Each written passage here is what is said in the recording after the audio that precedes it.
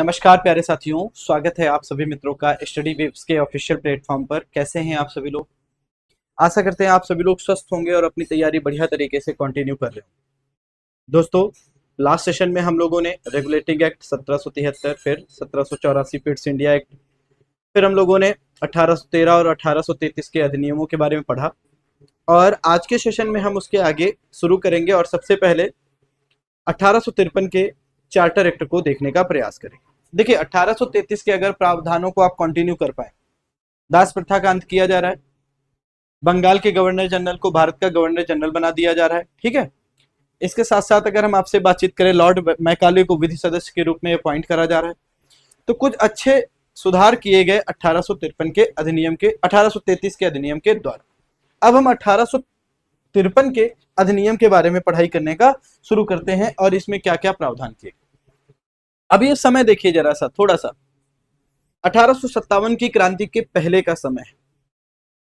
अब इस समय तक ये समझ में आने लगा कि ब्रिटिश संसद किसी भी समय कंपनी के साम्राज्य को खत्म कर सकती है और पूरा का पूरा साम्राज्य अपने हाथों में ले सकती है। इसके साथ साथ ब्रिटिश संसद में इस अधिनियम के द्वारा यह प्रावधान किया गया कि प्रशासनिक कार्यों को विधायी कार्यों से अलग कर दिया जाए। जो गवर्नर जनरल के प्रशासनिक कार्य थे उनको अलग किया गया, किससे? विधायी कार्यों से। यह भी प्रोविजन किया गया। तो एक एक पॉइंट हम लिखते चलते हैं। तो इसमें थोड़ा सा पहले लिखिएगा, इस अधिनियम के महत्वपूर्ण प्रावधान निम्नलिखित हैं। इस अधिनियम के महत्वपूर्ण प्रावधान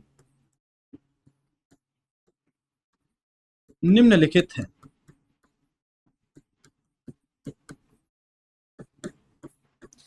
क्या क्या है जरा देखते हैं। सबसे पहला प्रावधान में क्या कह रहा हूं, सिंपल सी भाषा में, इस अधिनियम के द्वारा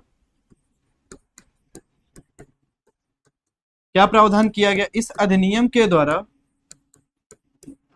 गवर्नर जनरल की परिषद के विधायी कार्यों को या परिषद के प्रशासनिक कार्यों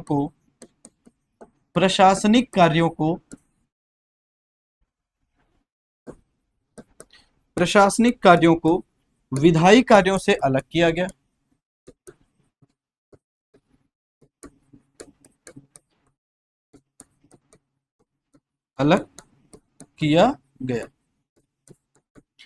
यानी कि यह व्यवस्था की गई कि अब प्रशासनिक कार्य अलग होंगे और विधायी कार्यों का अलग निपटान किया जाएगा। ठीक। इसके साथ साथ अगर हम आपसे बातचीत करें, विधि निर्माण के लिए क्या किया गया, ध्यान से देखेंगे तो ये जो विधि निर्माण कार्य है, विधि निर्माण के लिए भारत में एक अलग परिषद की स्थापना की जा रही, जिसमें कितने सदस्य होंगे? 12 सदस्य।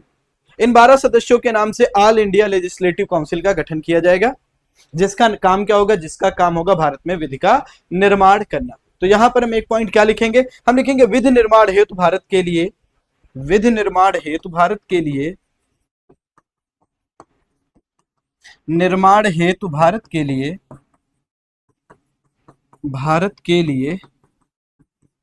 एक अलग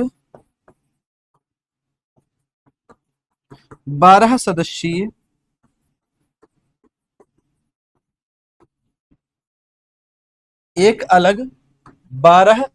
सदस्यीय विधान परिषद की स्थापना की गई। विधान परिषद की स्थापना की गई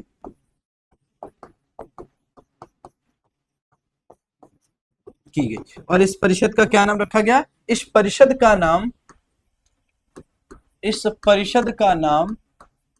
या इस परिषद को ऑल इंडिया लेजिस्लेटिव काउंसिल की संज्ञा दी गई। लेजिस्लेटिव काउंसिल की क्या दी जा रही? इसको संज्ञा दी जा रही। अब यहां पर ध्यान समझिएगा, ये जो ऑल इंडिया लेजिस्लेटिव काउंसिल है, इसके बारे में थोड़ी सी बातचीत। इसके मेंबर कहां से आएंगे? इसके मेंबर के चुनाव के लिए क्षेत्रीय प्रतिनिधित्व चुना गया। क्षेत्रीय प्रतिनिधित्व का क्या मतलब है? विभिन्न क्षेत्रों व प्रांतों के प्रतिनिधियों को इसका सदस्य बनाया गया। हम कहेंगे विभिन्न क्षेत्रों व प्रांतों के सदस्यों को, क्षेत्रों व प्रांतों के सदस्यों को इसका सदस्य बनाया गया। पहला प्रोविजन और सबसे इंपॉर्टेंट प्रोविजन की रूप में आप देख सकते हो, सबसे इंपॉर्टेंट प्रोविजन। और इसी के लिए क्या किया गया था, क्षेत्रीय प्रतिनिधित्व का सिद्धांत लागू किया गया। इसके लिए हम क्या कहेंगे, क्षेत्रीय प्रतिनिधित्व का सिद्धांत लागू किया गया। यहां पर हम कहेंगे क्षेत्रीय प्रतिनिधित्व का सिद्धांत, क्षेत्रीय प्रतिनिधित्व का सिद्धांत लागू किया गया। आप समझिए, ये 12 सदस्यीय ऑल इंडिया लेजिस्लेटिव काउंसिल का गठन किया गया और एक काउंसिल क्या करेगी, विधि का निर्माण करेगी। और ध्यान समझिए, इनके जो सदस्य होंगे वो कहां से आएंगे, क्षेत्रीय प्रतिनिधित्व के सिद्धांत से चुनकर आएंगे, जिसमें विभिन्न क्षेत्रों व प्रांतों के सदस्यों को सदस्य के रूप में बनाया जाएगा, अपॉइंट करा जाएगा। क्लियर। दूसरे प्रोविजन की बातचीत करें, ब्रिटिश संसद को यह अधिकार दिया गया कि वह किसी भी समय कंपनी के अधिकार को भारत से समाप्त कर सकती है। क्या कहेंगे, ब्रिटिश संसद को यह अधिकार दिया गया। दूसरा प्रावधान, ब्रिटिश संसद को यह अधिकार दिया गया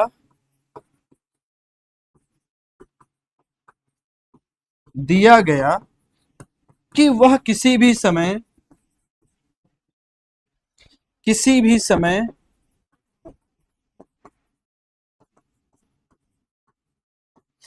ब्रिटिश संसद को यह अधिकार दिया गया कि वह किसी भी समय कंपनी के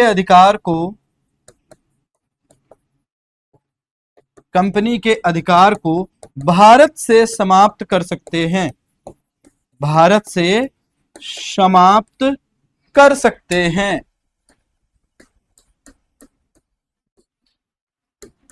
ये ब्रिटिश संसद को अधिकार दे दिया गया कि आप क्या कर सकते हैं, आपके पास अथॉरिटी है कि आप किसी भी समय ईस्ट इंडिया कंपनी के शासन को भारत से समाप्त कर सकते हैं। कोई दिक्कत वाला बात नहीं। प्रोसीजर, रणनीति, देखो एक प्रक्रिया चल रही है और प्रक्रिया के तहत सारे काम हो रहे हैं। इसके साथ साथ और क्या प्रावधान किए गए, इसके साथ तीसरा प्रावधान ये किया गया, कोर्ट्स ऑफ डायरेक्टर के सदस्यों की संख्या 24 से घटाकर 18 कर दी गई। अगला लिखेंगे, तीसरा प्रावधान, कोर्ट ऑफ डायरेक्टर के सदस्यों की संख्या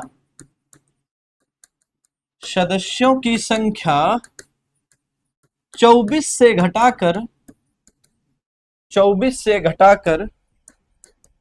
18 कर दी गई। कितनी?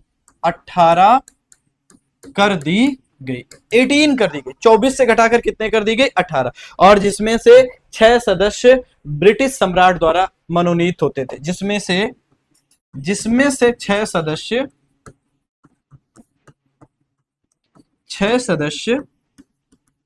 ब्रिटिश सम्राट द्वारा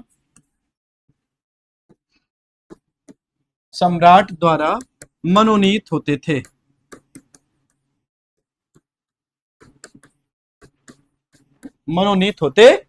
ठीक। अगले के बारे में बातचीत करें, नेक्स्ट क्या प्रोविजन किया गया। इसके साथ देखोगे भैया, सिविल सेवकों के चयन से संबंधित प्रक्रिया के लिए खुली प्रतियोगिता का आयोजन किया गया। मतलब अगला पॉइंट हम क्या लिखेंगे, 4 नंबर प्रावधान, सिविल सेवकों के चयन में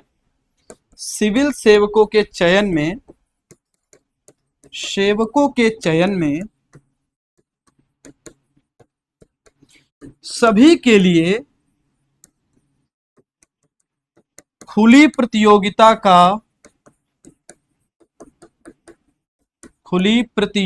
का आयोजन किया गया। ठीक, खुली प्रतियोगिता का आयोजन किया जा रहा। ध्यान रखिए, अब यहाँ कंपटीशन के थ्रू क्या होगा, अब सिविल सर्वेंट अपॉइंट होंगे, है ना। मतलब इनको क्या मिलेगा, उनको पद दिया जाएगा। अगला प्रावधान क्या है, विधि सदस्य को गवर्नर जनरल की परिषद का पूर्ण सदस्य बना दिया गया।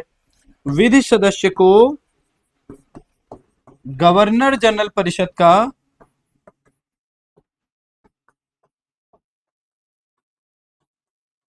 का पूर्ण सदस्य बना दिया गया। पूर्ण सदस्य बना दिया गया। पूरा पूर्ण मेंबर बना दिया किसको? विधि सदस्य को गवर्नर जनरल परिषद का पूर्ण सदस्य बना दिया गया। इसके साथ साथ अगर आप ध्यान से देखोगे तो क्या किया जा रहा है, केंद्रीय विधान परिषद में भी स्थानीय प्रतिनिधित्व शुरू किया गया। अगला पॉइंट क्या लिखेंगे? अगले पॉइंट में लिखेंगे केंद्रीय विधान परिषद में स्थानीय प्रतिनिधित्व शुरू किया गया। केंद्रीय विधान परिषद में स्थानीय प्रतिनिधित्व शुरू किया गया।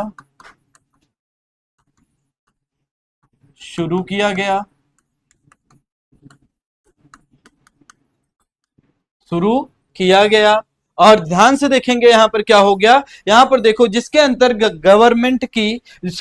जिसके अंतर्गत गवर्नर जनरल की कार्यकारिणी, जिसके अंतर्गत गवर्नर जनरल की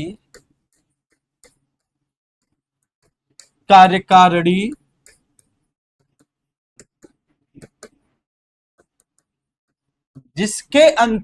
गवर्नर जनरल की कार्यकारिणी परिषद में 6 नए सदस्यों को रखा गया। स्थानीय प्रतिनिधित्व शुरू किया जा रहा और इसके अंतर्गत क्या किया जा रहा है, गवर्नर जनरल की जो परिषद है, कार्यकारिणी परिषद है, उसमें 6 नए सदस्यों को क्या किया जा रहा है, रखा जा रहा है। अब इसमें से 3 कहां से आएंगे? इसमें से 3 को देखोगे तो एक होंगे आपका पटियाला के राजा, एक होंगे बनारस के राजा, एक और होंगे जिनका नाम क्या होगा, सॉरी, इसमें 4 सदस्य जो होंगे वो कहां से आएंगे? 4 सदस्य देखोगे तो बंगाल का एक सदस्य होगा, बंगाल के साथ साथ बॉम्बे का दूसरा सदस्य होगा, और बॉम्बे के साथ साथ अगर हम आपसे बातचीत करें मद्रास का तीसरा सदस्य होगा, और चौथा सदस्य आगरा से आएगा। मतलब 4 सदस्य कहां से आएंगे? तो 6 नए सदस्यों में से 4 सदस्य कहां से आए? तो 4 सदस्य कहां से आए? तो आप देखोगे बंगाल से एक सदस्य आएगा, बॉम्बे से दूसरा सदस्य आएगा, तीसरा सदस्य आएगा मद्रास से, और चौथा सदस्य आगरा।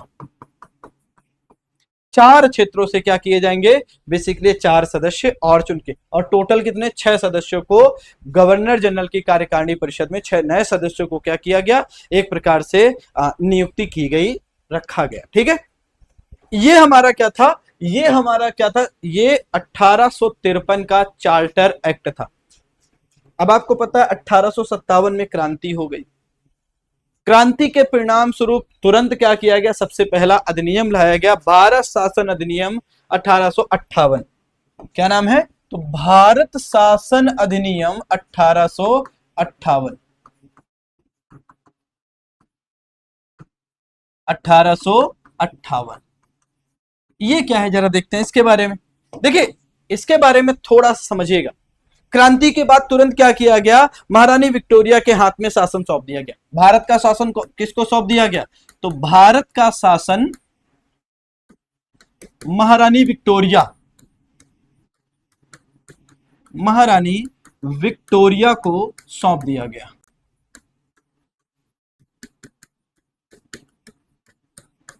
पहला प्रोविजन, ईस्ट इंडिया कंपनी का काम खत्म। अब यहां पर शासन संचालन कौन करेगा? भैया महारानी विक्टोरिया के नाम से किया जाएगा। ठीक। दूसरा क्या प्रोविजन किया गया? दूसरा प्रोविजन ये किया गया, गवर्नर जनरल को वायसराय बना दिया गया।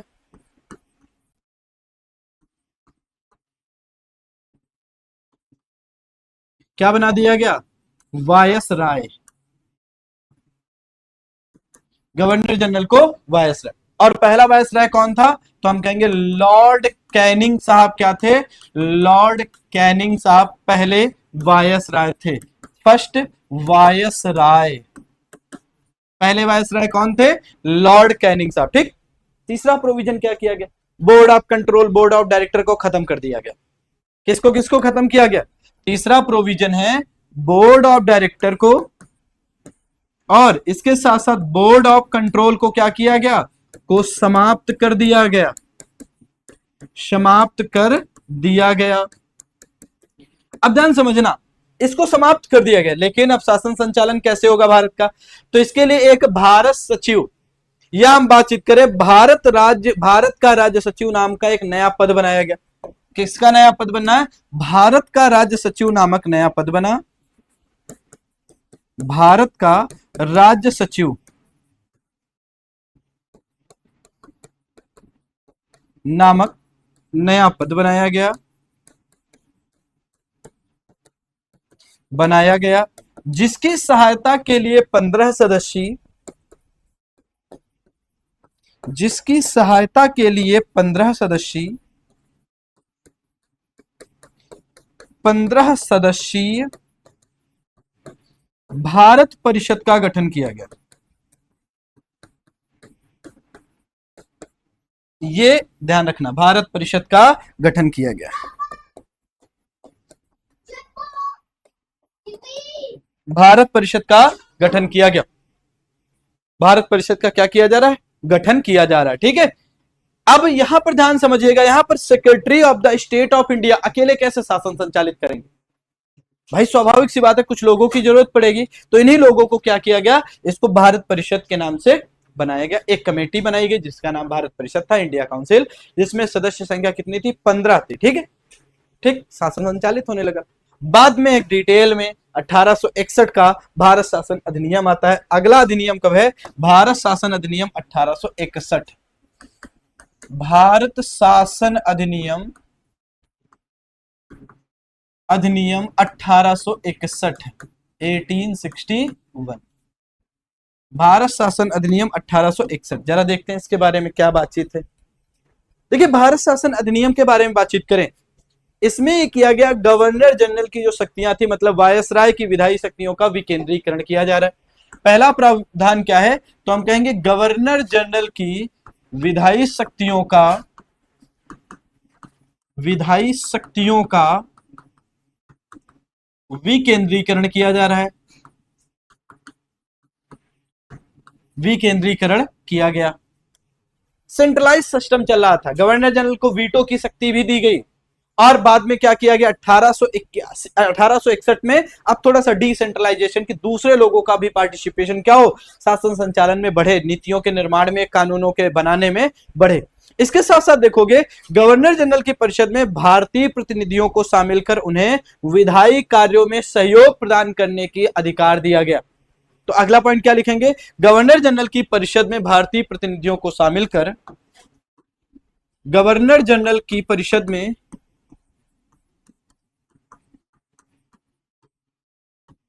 भारतीय प्रतिनिधियों को शामिल कर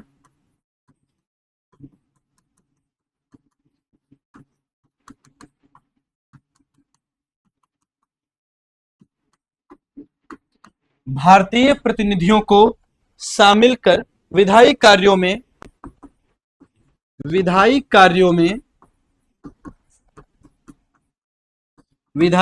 में सहयोग का अधिकार दिया गया।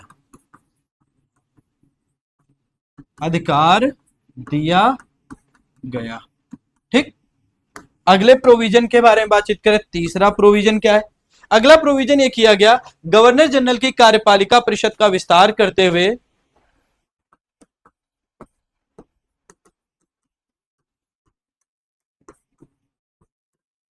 गवर्नर जनरल की कार्यपालिका परिषद का विस्तार करते हुए एक पांचवा सदस्य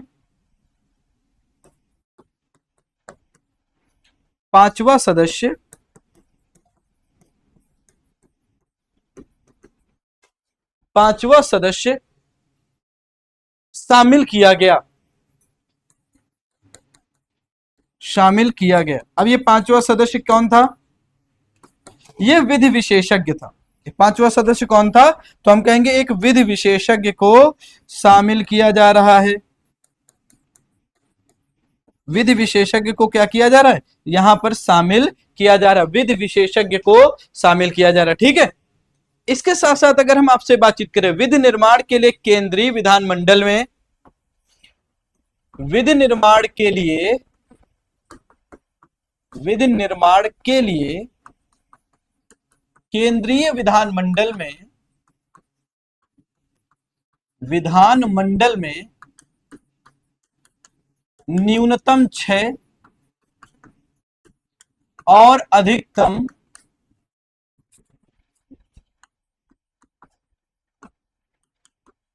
न्यूनतम 6 और अधिकतम 12 सदस्य नामांकित किए जा सकते हैं।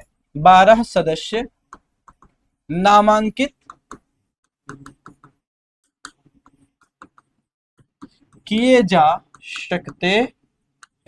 यह भी व्यवस्था की गई कि भैया क्या विधि निर्माण के लिए केंद्रीय विधानमंडल में न्यूनतम 6 मैक्सिमम 12 सदस्य नामांकित किया जा सकता है, जिनमें से आधे गैर सरकारी सदस्य होंगे। जिनमें आधे सदस्य कौन होंगे, जिनमें से आधे सदस्य गैर सरकारी होंगे, जिनमें आधे सदस्य गैर सरकारी होंगे, गैर सरकारी होंगे, आधे सदस्य क्या होंगे, गैर सरकारी होंगे। इसके साथ साथ और क्या किया गया, अब ध्यान समझिए, इन गैर सरकारी सदस्यों में 3 लोग थे। 3 लोग कौन थे, हम देखेंगे। एक व्यक्ति थे राजा नरेंद्र सिंह, ये पटियाला से थे। दूसरे के बारे में बातचीत करें, दूसरे बनारस के महाराजा थे। बनारस के महाराजा कौन थे, हम कहेंगे देवनारायण। कौन थे, देवनारायण, ये देवनारायण। और तीसरे के बारे में बातचीत करें, दिनकर राव। कौन था, दिनकर राव। ये 3 लोग क्या थे, ये 3 लोग बेसिकली आप देखोगे तो गैर सरकारी सदस्य के रूप में बेसिकली केंद्रीय विधानमंडल में जोड़े गए थे। ठीक है, इसके साथ साथ क्या किया गया, इसके साथ यह भी प्रोविजन किया गया कि बंबई और मद्रास की विधान परिषद कानून बनाने व उसमें संशोधन करने की शक्ति दी गई। अगला पॉइंट लिखेंगे, बंबई और मद्रास की विधान परिषद को, बंबई और मद्रास की विधान परिषद को, मद्रास की विधान परिषद को विधि बनाने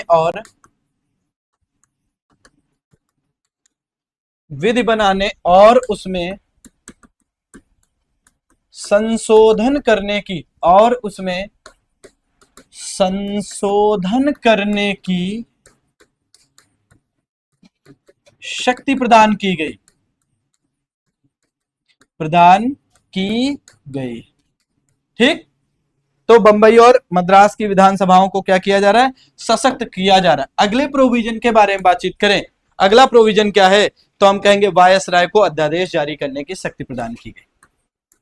वायसराय को अध्यादेश जारी करने की शक्ति प्रदान की गई, अध्यादेश जारी करने की शक्ति प्रदान की गई।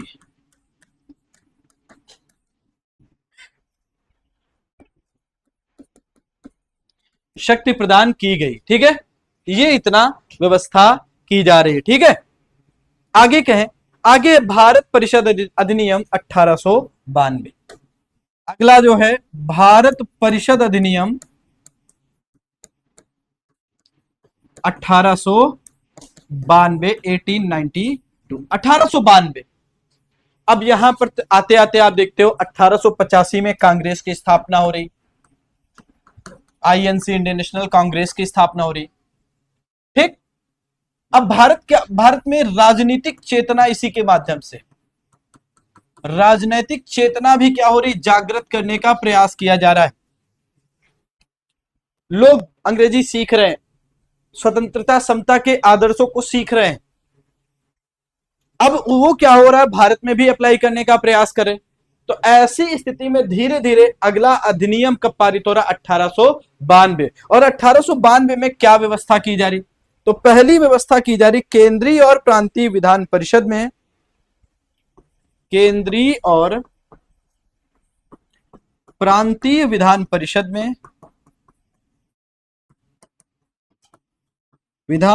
में गैर सरकारी सदस्यों की संख्या बढ़ाई गई या संख्या बढ़ी।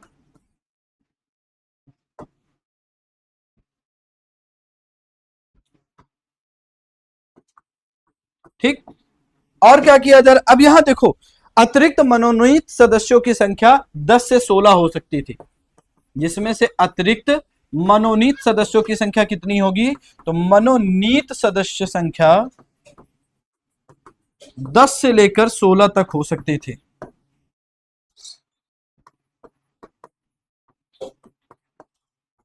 दस से लेकर 16 तक हो सकती थी। ठीक, और इसमें भी ध्यान से देखोगे, जिसमें से 10 सदस्य कौन होंगे, तो हम कहेंगे 10 सदस्य गैर सरकारी होंगे। यह ध्यान दीजिएगा, जिसमें 10 सदस्य गैर सरकारी होंगे, गैर सरकारी होंगे। ठीक, मनोनीत सदस्य 10 से 16 अपॉइंट किए जा सकते हैं, जिसमें से 10 सदस्य कैसे होंगे भैया, गैर सरकारी सदस्य होंगे। ठीक, अगली अगर हम आपसे बातचीत करें अगली व्यवस्था के बारे में, अगला क्या है, अगला क्या प्रोविजन किया जा रहा है भैया, गैर सरकारी सदस्यों की नियुक्ति हेतु अप्रत्यक्ष निर्वाचन शुरू किया गया।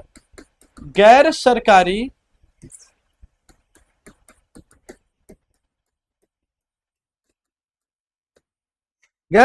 सदस्यों की नियुक्ति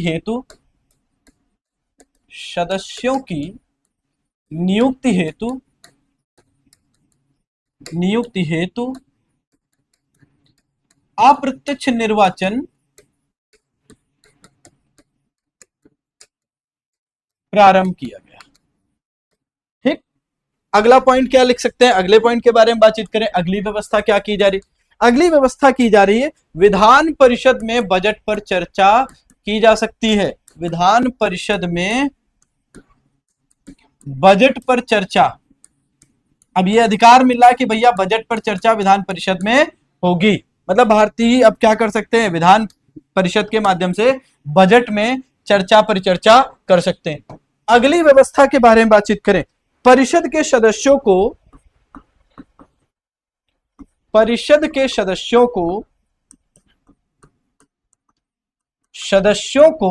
जनहित से जुड़े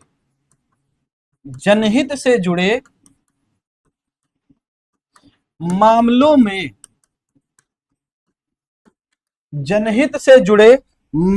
में कुछ सीमाओं के भीतर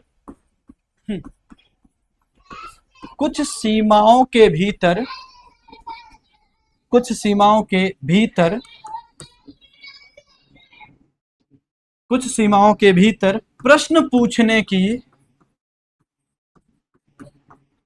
अनुमति मिली। ठीक, अब यहां पर हम क्या कर सकते हैं, जनहित से जुड़े कुछ मुद्दों पर हम प्रश्न भी पूछ सकते हैं। किससे, तो हम सरकार से प्रश्न भी पूछ सकते हैं। तो दोस्तों हम 1892 तक आ चुके हैं, अब 1909, 1919 फिर 1935, 3 अधिनियम। अगला जो सेशन होगा हम उसमें ये भारत के संवैधानिक विकास को खत्म कर देंगे। ठीक है, तो सेशन कैसा लगा आप सभी लोग बताइएगा। इसके साथ साथ एक और काम करना है, आप लोग हमारे टेलीग्राम चैनल से जुड़ सकते हो। और टेलीग्राम चैनल क्या है, टेलीग्राम चैनल का जो नाम है GK GS by Sudhanshu sir. ठीक, आप इसको टेलीग्राम पर सर्च करोगे बिना स्पेस का, सब स्मॉल में है, तो आपको क्या मिलेगा, आपको एक चैनल मिल जाएगा, आप उसको ज्वाइन कर सकते हो।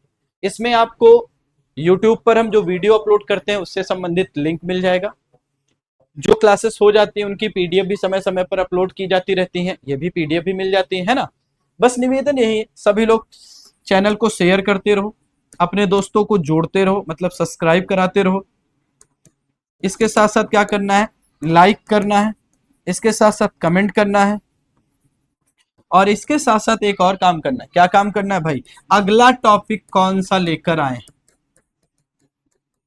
अगला टॉपिक कौन सा हो ये आप कमेंट करके बताइए, तो हम सीक्वेंस वाइज आपको ये चीजें कंप्लीट करा देंगे। ठीक है, तो आज का सेशन यहीं तक है, आशा करते हैं सेशन समझ में आया होगा। अपने बहुमूल्य विचार कमेंट के माध्यम से जरूर प्रदान किया करिए। वीडियो पूरा देखा करिए। धन्यवाद, नमस्कार, थैंक यू सो मच।